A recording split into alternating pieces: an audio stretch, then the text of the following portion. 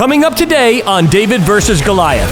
Just because you currently have a job doesn't mean you can't be building your dream on the side. I think that's very, very, very, very important.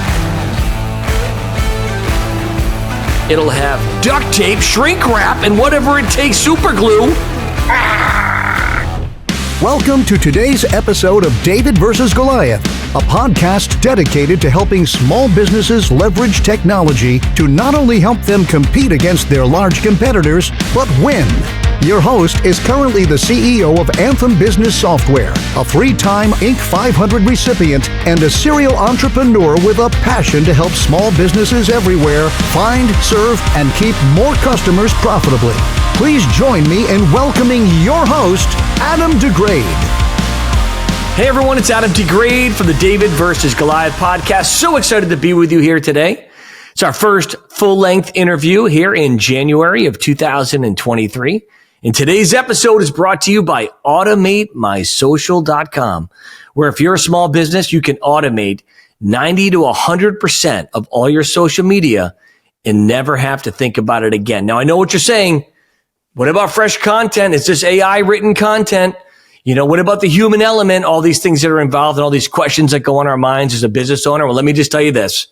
We had a recent business just sign up, save $48,000 to $50,000 a year, plus benefits and paid time off, because they were able to replace several people and several businesses that they were using to actually do their social media with one software. And they saved over $50,000 a year and they get better results. That's a fact. Go check it out today at AutomateMySocial.com. We've got Scott Lebeau. I believe I'm pronouncing that properly. Let me just make sure I've got it. I think so. Yes, I do have it right. Scott Lebeau from One Source Direct. This should be a very awesome interview today, and it's going to be great. Visit us online at davidvsgoliathpodcast.com to apply to be on the podcast and subscribe to get information in regards to the podcast. Well, with no further ado, in 2023, here we go. Scott, you're welcome to the David versus Goliath podcast. Well, thank you for having me. I'm hoping that I'm probably more of a David versus Goliath, but it's okay. That's right. Most people don't want to be Goliath in the story because he ends up decapitated and without a head, which is definitely a challenge. So I love talking about people's businesses, as you know. If you've seen the podcast, I love learning about the stories behind people. I also like learning stories about themselves as well, too. So really quickly, give the watchers and listeners an overview of One Source Direct and what it does, and then I want to switch gears quick to talk about work history. It really tries to make it so the field is no longer David versus Goliath. It's more like two Davids, where they're of equal size. They compete on a very level playing field, and it was built with the help of David, with the goal of providing for David and not Goliath. And by that, I mean, we've actually built this with the help of small business owners that are friends, former customers of mine. And we've taken the approach from their perspective altogether, and not looking at this from being driven by a board of directors by a profit margin. It's about building an effective tool for them. Yeah. One of the things that I think for the watchers and listeners, what I gathered, and tell me if I'm describing it incorrectly, but basically you're trying to connect micro businesses with other businesses or other individuals that need services. And so it gives them the ability to compete in a realm they may not have necessarily been able to compete in before, because if somebody's looking for, let's say, internet marketing, for example, and they go, I need a website and SEO, who can help me? And there's all these micro businesses that are out there.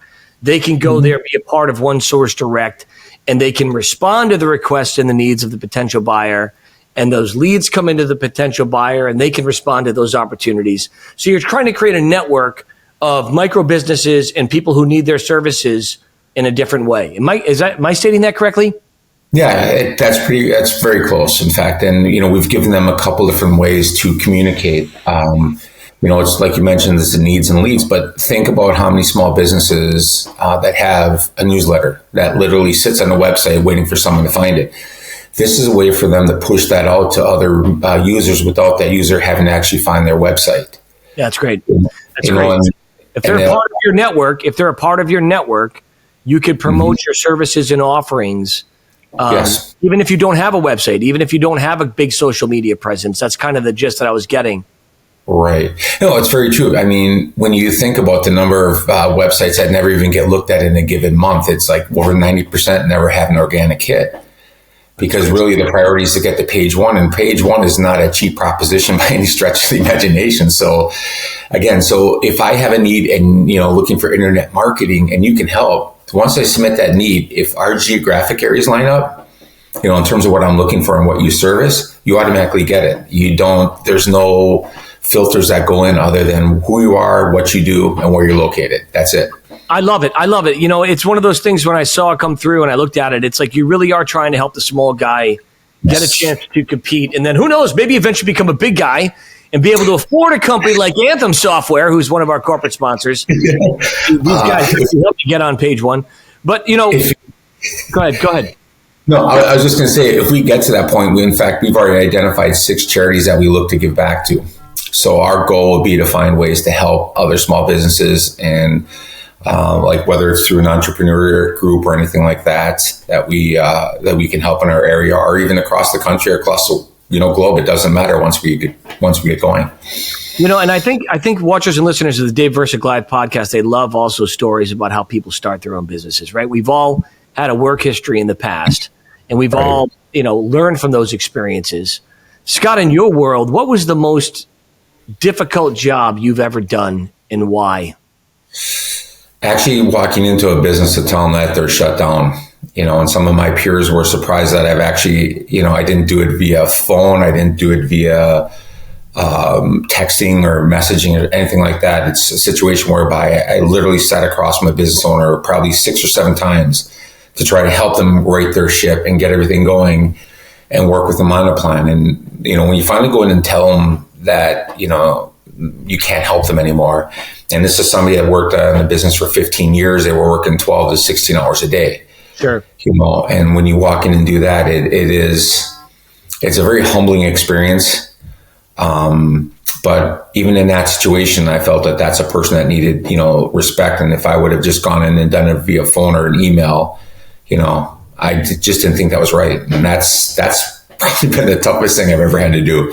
I can't even imagine. So basically, if I'm getting you correctly, one of your previous jobs that you had, your role was to assist in either a franchise or a different location, and you'd go in, you'd try to help them. And if they weren't following it or they weren't able to get to a place where they need to get to, your job was to say, this location's closing. Well, actually, they were loan customers of mine. So there are people we built relationships up with. So, it's very similar to what you described. But yeah, it's, not that it's ever easy, but I think, the fact that we built a relationship up and understood that what we were trying to do was really, I was trying to work with them as best I could within the parameters that we have. Yeah.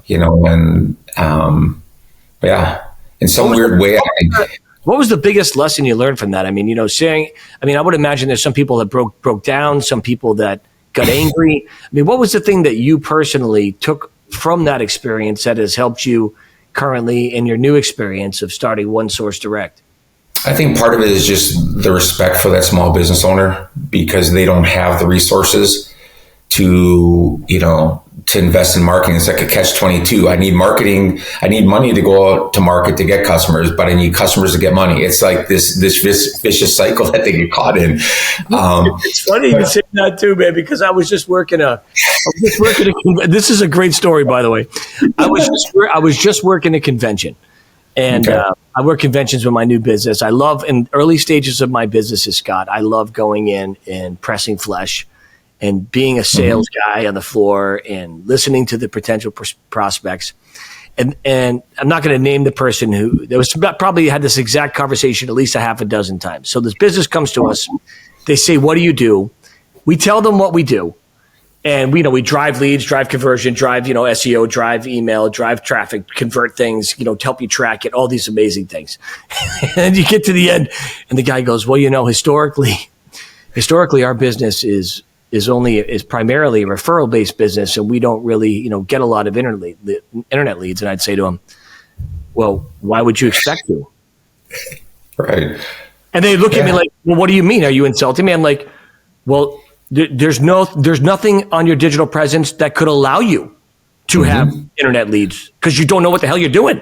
And so your only choice, by the way, my friend, which thank God you have this choice, is somebody thinks you do a good job and they refer you. And it's always amazing to me how belief always starts at the center of everything. I remember I used to give speeches to business owners, Scott, where we would talk about social media when it was first coming out. And I'll never forget this insurance agent. He was from Texas, or I can't remember where he was from, but maybe it was Buffalo or something. He goes, "You can't make money with Facebook ever." And I said, "Buddy, don't worry about it. You're in no danger of ever making money on Facebook." And I said, "Where's your agency?" And he said, "Where his agency is." I said, "Anybody else have an agency there?" They all raised their hands. I said, "Go kick his ass on social media." Because at the end of the day, and I apologize for my language. I normally don't. Adam, we're good. Yeah, I am adult. We are adults here. But it was so funny because, so often if you're running a business and you're thinking about, growth, or you're thinking about finding leads or needs in your case, right? Mm-hmm. The very first step that comes to it is you have to believe that you have a viable business, an offering that somebody could use and benefit from. Right. Then if you do, you need to tell the world in as many places as you can afford to do it that you do these things. Now, that might be on the street corner. It might be with a sign and a guitar collecting tips to start. I watched a bass player that has over 1.4 million followers on YouTube. You want to know how he started? Playing bass on the street corner with tip jar. Because at the end of the day, if you want something bad enough, you got to fight for it. Yeah. So that must have been a very interesting thing. And now you're running a business where you're able to help small businesses find people that have their needs and match it to them. When you first had your first result from that, from a business that signed up for it, got a need and got a piece of business from that, how did that make you feel as the person who started One Source Direct? Actually, right now we're still in that launch phase, but we're building partnerships with several groups. For example, there's one by the name of Trep House, which deals with Black and Indigenous-owned businesses. And just knowing that will make it easier for their groups to connect. When you look at some of the minority groups that have such a social capital disadvantage, sure. We've been able to partner and working on partnerships with some of those groups. And Adam, your question is exactly what I've described as when I know I've succeeded. It's the first time I can see someone benefiting from the platform.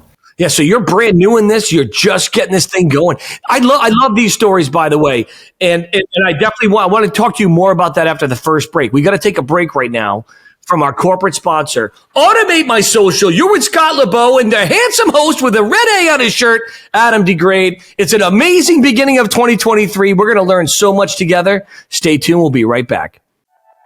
Do you own a business? Do you have or need a social media presence? If you are like most businesses, you spend either no time or too much time and money on your social media strategy, spending thousands of dollars per month only to get mediocre and inconsistent results. This leads to frustration and, in some cases, sleepless nights. Introducing AutomateMySocial.com. Automate 90% of your social media and never have to think about it again. That's right. Automate your business's social media posting and strategy like forever. Automate the essentials and customize only what's needed. Save time, save money, and get better results with AutomateMySocial.com. Our patent-pending technology gives you the ability to automatically create your social post and distribute them immediately, like in seconds, across all your social media platforms. Stop the madness of paying someone to create, post, and manage your strategy, and let our software do the work, so you don't have to. Oh, and if you're an agency or social media manager, you too can let our software do all the work, and you can get all the credit. It will be our little secret. With AutomateMySocial.com, you can have it all. It's easy to use, never complains, and never asks for time off or more benefits. See this amazing new software application at AutomateMySocial.com. If you own a business or manage client social media and want to save time, energy, money, all while increasing your return on investment, then let's get this party started at AutomateMySocial.com.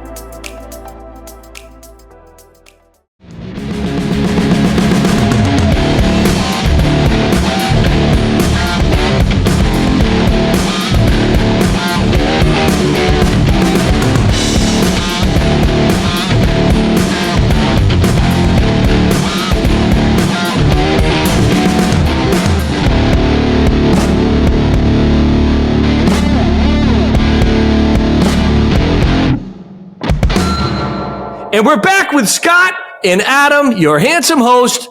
And Scott, I did notice that I was watching some of your videos, by the way. Is it prideful to say I'm a handsome host if I actually am handsome and I'm a host? I don't think so.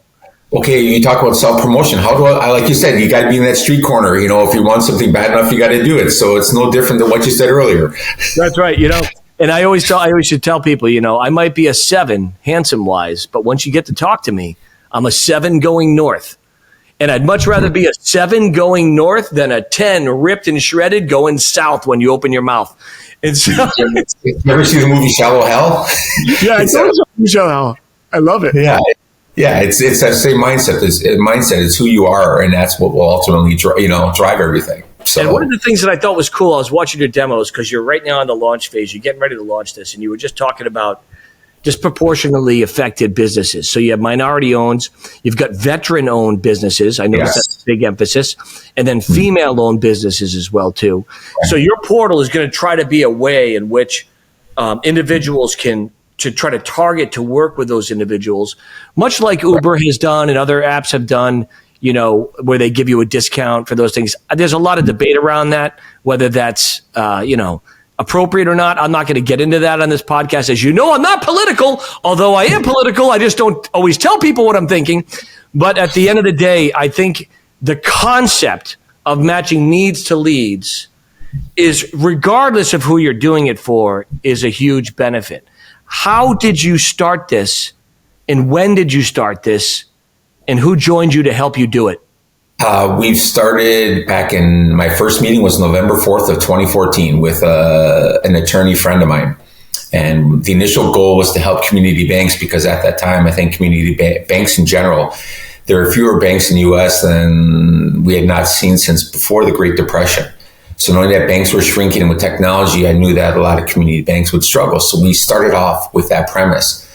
And then I kind of went through some of the things I learned early on. I'm like, a community bank is really a small business. So why not just start to expand it? So we did that. Pre-COVID, we were getting ready to get things going. We were going to do a soft Vegas launch, and that kind of shut things down as people worried about where their revenue is going to come from. So we went back to the drawing board, kind of enhanced a few things, and now we're getting ready. But it literally, for me personally, came out of frustration. I mean, in my various roles at different jobs, I've always had to, research and look for things. Well, I got frustrated. I'm probably one of the, less than 10% that go to page 2 of an internet search. So, but then you start getting spam, you start getting, fraudulent websites, and all this other stuff. And that just became very frustrating. Yeah. So you wanted to kind of figure out a way that you could, connect the community to the people that they need in their local market. Right. So it's kind of like a new town center is what you're trying to build. Did you partner with anybody to help you with this, or has this been something you've been funding and working on yourself part-time? Well, about 20 to 30 hours a week above my day job. But it's usually been like friends and family that help me with this. I've been able to partner with some very good developers. And again, it's just the evolution of things just continually changes. In fact, we already have 7 enhancements built out, but we're not going to roll any of those out until we get some experience and some usage on the site. And then we're going to use our early adopters to kind of serve as my board of directors. That's great. Because I'd rather use them than, and no disrespect to board of directors, especially being in banking. But the fact that they're the ones that can tell me more what we need to do and how we need to do it. And I've already worked with a development company that has my concepts already there. It's just want to figure out how I can make this better, faster, and stronger. I love the idea. So first of all, a few things for the watchers and listeners. Number one, just because you currently have a job doesn't mean you can't be building your dream on the side. I think that's very, very, very, very important for people to understand. And so you've been working on this for, my gosh, almost 8 years at this point in time. Over 8 years, yeah. Over 8 years, and you're getting ready to launch now. It's very fulfilling. It's very exciting. It truly is a David versus Goliath story. And I think the other thing is that you don't give up on your dreams, right? And you mentioned something that's fascinating. Your idea behind a board of directors is something that I've always done in all my businesses. So when I go into a business, Scott, in a vertical, so to speak, and I start to learn that industry, because we've recently now shifted our focus to lawyers, insurance agents again, and I'm also working with financial planners and CPAs, estate planners, things like that. So what I'm going to be doing is I'm going to be forming what is called an advisory panel. So the advisory panel will be of our top, call it 20, 25 clients, and they will be an intimate part of not only the creation of what we do going forward, but how we can perfect what we currently have built in working and serving that industry better. And to your point, a board of directors comes in once you've know your market, got your market share, and you really, now you're looking for other avenues to grow. But it's smart for you to have your advisors be your early adopters because they get buy-in. And more importantly, you can shape you can shape your offering and your tools to the needs of your very first adopters, and it makes all the difference in the world. Where did you learn that from? I think part of it came from something one of my friends said to me early on. He said, Scott, this will eventually go somewhere where you least didn't expect it.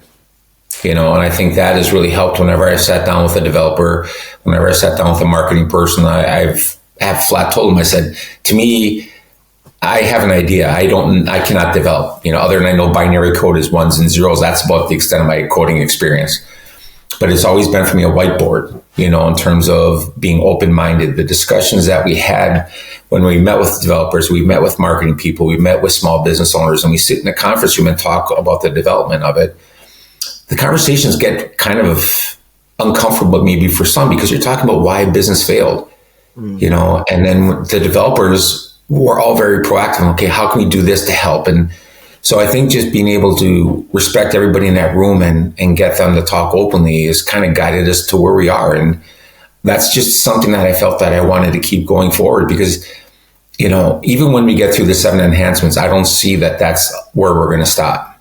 Yeah, I think that the continued evolution of what we've built is very critical to keeping it successful. Yeah, totally. I mean, what other? By the way, just to give you a little insight, I build software for a living. Okay. And I work with businesses all the time. There's no such thing as 7 enhancements and stop. It's by the end, when this thing finds its final home that I'm building, it'll have duct tape, shrink wrap, and whatever it takes, super glue to hold it together. So as the crane's picking up the cement of nonsense that's been created, it'll all make sense and be stuck together. So hold on, Scott. We're going to take another quick break from another sponsor. When we come back, we're going to continue our discussion. Hang on. We'll be right back. Here it is. Another great message. Enjoy. At ISU RMAC Agency, we want to be your one responsible source for all of your insurance needs.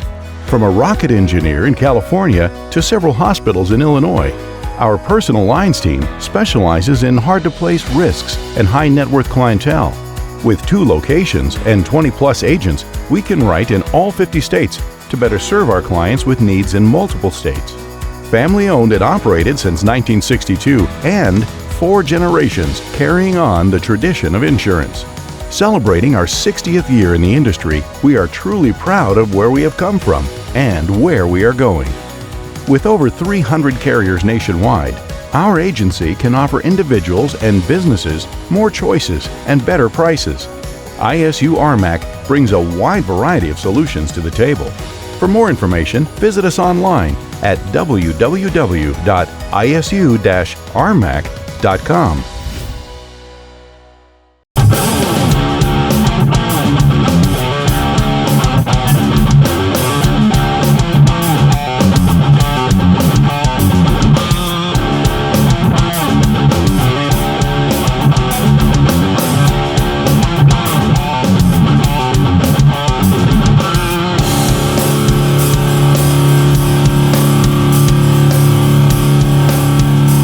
And we're back with Adam and Scott, and it's our final segment here on the David versus Goliath podcast. I love startups. I love it because I'm going to put on my calendar this date, and I'm going to invite you back in 24 months. We're going to see if you've gone anywhere, and I like that because at the end of the day, we all need to have a little personal pressure in our lives to get things to go to the next area, right? And by you coming on this podcast now and saying, hey, this is going to be a real thing. And people can check it out at onesourcedirect.net so you can see what Scott has been working on, so you can get an idea. And if you're a small micro business and you're a small minority business or veteran owned or female owned and you're looking for some help, go register there on the site and take a look for Scott. And no, I don't get paid to do this. And no, Scott did not pay to be on this. And no, I'm not a paid endorser. And no, am I saying this damn thing works? But at the end of the day, it's important to know that there's people out there that have your back. They truly want you, the David, to slay that giant Goliath. And, how many people are currently on the team right now that are working, whether they're contracted or employees right now with you, are working on the project? About 6 or 7, kind of, some of them kind of come in and out. And, but again, I think just the feedback and that they're able to give. And like I said, we've always had, a very open relationship. In fact, as a manager, I've always been one of those that said, work with me, not for me. And I really try to carry that from my leadership into this whole concept and idea. And as this gets going, I've told them, I said, I have people around me that can handle the accounting, the development, the marketing, and all these different things. And, the operations. I said, my job is going to be having conversations, Adam, like you and I have right now. And that's what I enjoy. I mean, I enjoy sitting down with the business owner and saying, how can I make this better? And what do you like? What don't you like? And, we're looking at 2 more possible tabs on the website. One is possibly for startups. We thought about making this site available, maybe free for 3 months for a startup, just to get them up and coming. Because you definitely want to explore a freemium version. And as part of our initial offering, we're going to offer up like 20 business days or 28 regular days free, so people can try. So we will do something like that. But again, just to sit down and talk with business owners, and because the article I was in the Cal Business Journal was talked about, outside in engineering. I said, I worked in banking most of my life, and that's inside out. So you develop programs or buy programs and you fit your customers into those, I feel, in a lot of cases. Where this is something is where I want those people to tell me how to build it, and then we'll design it because it's truly their platform. It's not mine. Yeah. I mean, I'm enjoying this, and my kids always make fun of me because I go anywhere and can talk to anyone. But I think that's how you learn, That is totally how you learn. And you said something interesting, too, that I think a lot of people miss. And a lot of entrepreneurs I know and business leaders and managers especially, I find that when you use language like this person works for me versus I work alongside this person, right, makes a huge difference. And I know, people always talk about the, semantic of words, but a good friend of mine, Rush Limbaugh, who has since passed on, always used to say that words mean things. And words absolutely mean things. And so when I try to introduce my coworkers, I would always say, and hey, this is Joe Amaral. He's my partner. This is Tim Sawyer. We work together. We work alongside of. Our team works with us. And I've always felt like if I had this us versus them mentality in the workplace, it's usually adversarial and it's not very encouraging. But if you can get people alongside of you, you can have a huge effect. And I even train my sales guys this too, Scott. When you're selling at somebody versus selling alongside of somebody. So in other words, you take the prospect and you sit with them. It's a huge difference because one, the blockages are coming up, and the other, you're able to be there and be with them and look at it from their perspective, and it makes all the difference in the world. They say walk a day in somebody's shoes, you'll know why they are who they are. And that's kind of what I love about what you're doing with One Source Direct, is you're trying to help these small businesses and you're walking alongside of them. Yeah, it is so much fun for me to learn. I mean, I seriously do not know where this ends up, but I'm, like I tell people, I said, the 3 or 4 days that they don't see me a week doesn't mean that I'm going to be sitting on a golf course, which I don't mind playing, but I cannot do it 5 days a week. It'll be sitting down, finding a coffee shop, talking to that owner, maybe, strolling down, walking into an accountant, walking into an, insurance agent. Maybe I'll find the one that you were talking about earlier. But if you do, he's probably like this. What are you doing? Yes. I guarantee that's good. That little clip right there is going to end up on the trailer before this episode of me going. Guaranteed. You watch my editor is going to absolutely do that. Scott. It takes a lot of courage to do what you're doing, and I give you a lot of credit. Thank you. Did you get that from your work experience? Is it something you saw in your parents or a loved one or somebody that helped you? Where did you find the courage to start this project, and now you're getting ready to fulfill it? couple things I think led to this. First, my mom was 83 when she passed away almost 2 years ago. At 83, she worked 25 to 30 hours a week at a parish office. She ran St. Vincent de Paul and the food pantry at the parish as well. At 83. St. Vincent de Paul in Rhode Island?